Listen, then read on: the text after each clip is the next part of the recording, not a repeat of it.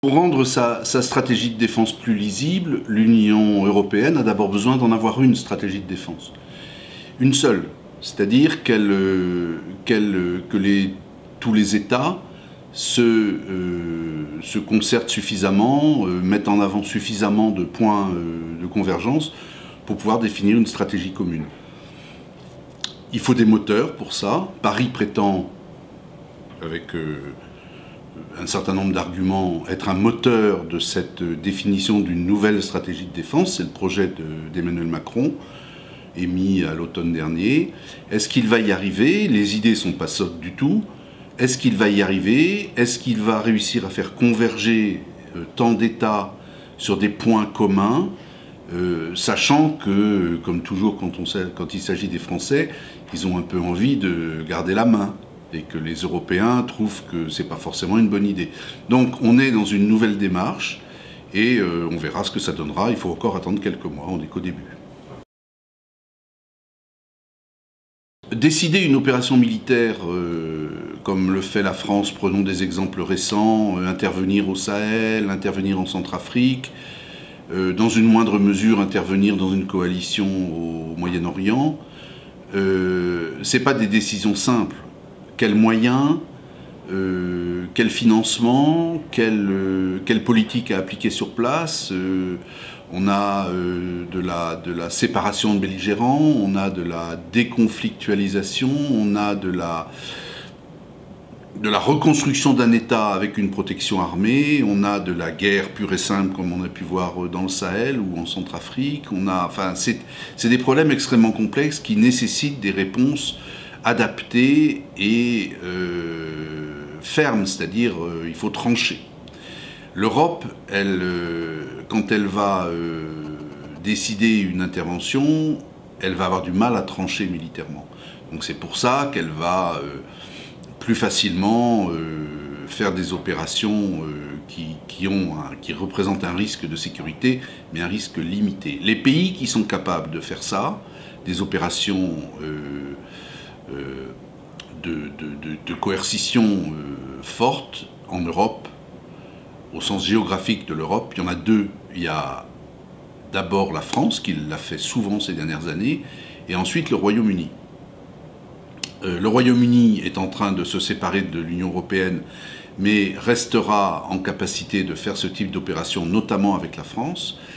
Et d'autres pays sont en capacité moindre de faire ce type d'opération. Ce sont les Allemands, mais ils ont des contraintes politiques extrêmement fortes qui ne vont pas être réduites par l'arrivée au pouvoir d'une coalition comprenant le SPD qui a mis des conditions notamment sur ces points. Et puis les autres pays qui exercent une souveraineté militaire complète comme la France n'ont pas les capacités à mener des opérations comme ça de leur propre gré. Donc ils le font toujours dans des coalitions. Je pense aux Pays-Bas, à la Belgique, au Danemark, à l'Espagne, à l'Italie. Ils ont besoin d'être dans une coalition pour pouvoir mener des opérations de ce type.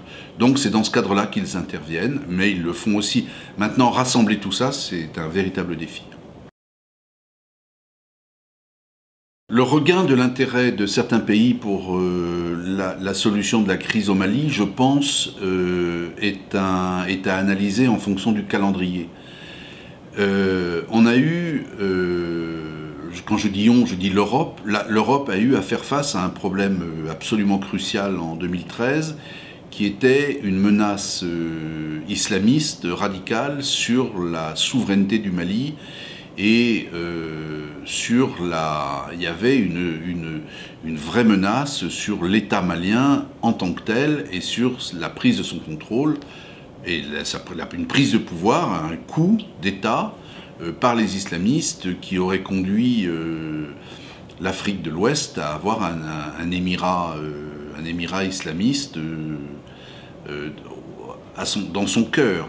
Il a fallu répondre extrêmement vite, et ça, seuls les Français étaient en capacité de le faire, de par leur rôle historique et de par la mission que leur confie c'est pas écrit comme ça évidemment, mais on peut le dire, la mission que leur confie la communauté internationale aux Français. de ce point de vue. Et puis après, on rentre dans la période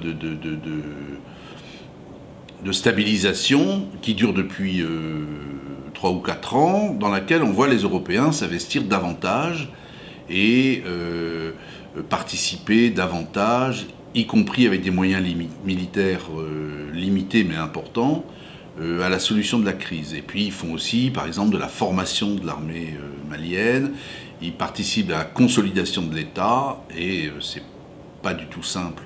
Mais je crois que leur intervention est essentielle aujourd'hui, mais qu'ils n'étaient pas en capacité militaire et politique d'intervenir aux côtés des Français extrêmement vite dans une situation de crise et d'extinction d'un début d'incendie en 2013. Et ceci expliquant cela, sachant que tout le monde est convaincu de la nécessité que cette partie de l'Afrique soit stabilisée, économiquement viable et prospère, et que tout ça n'est pas gagné.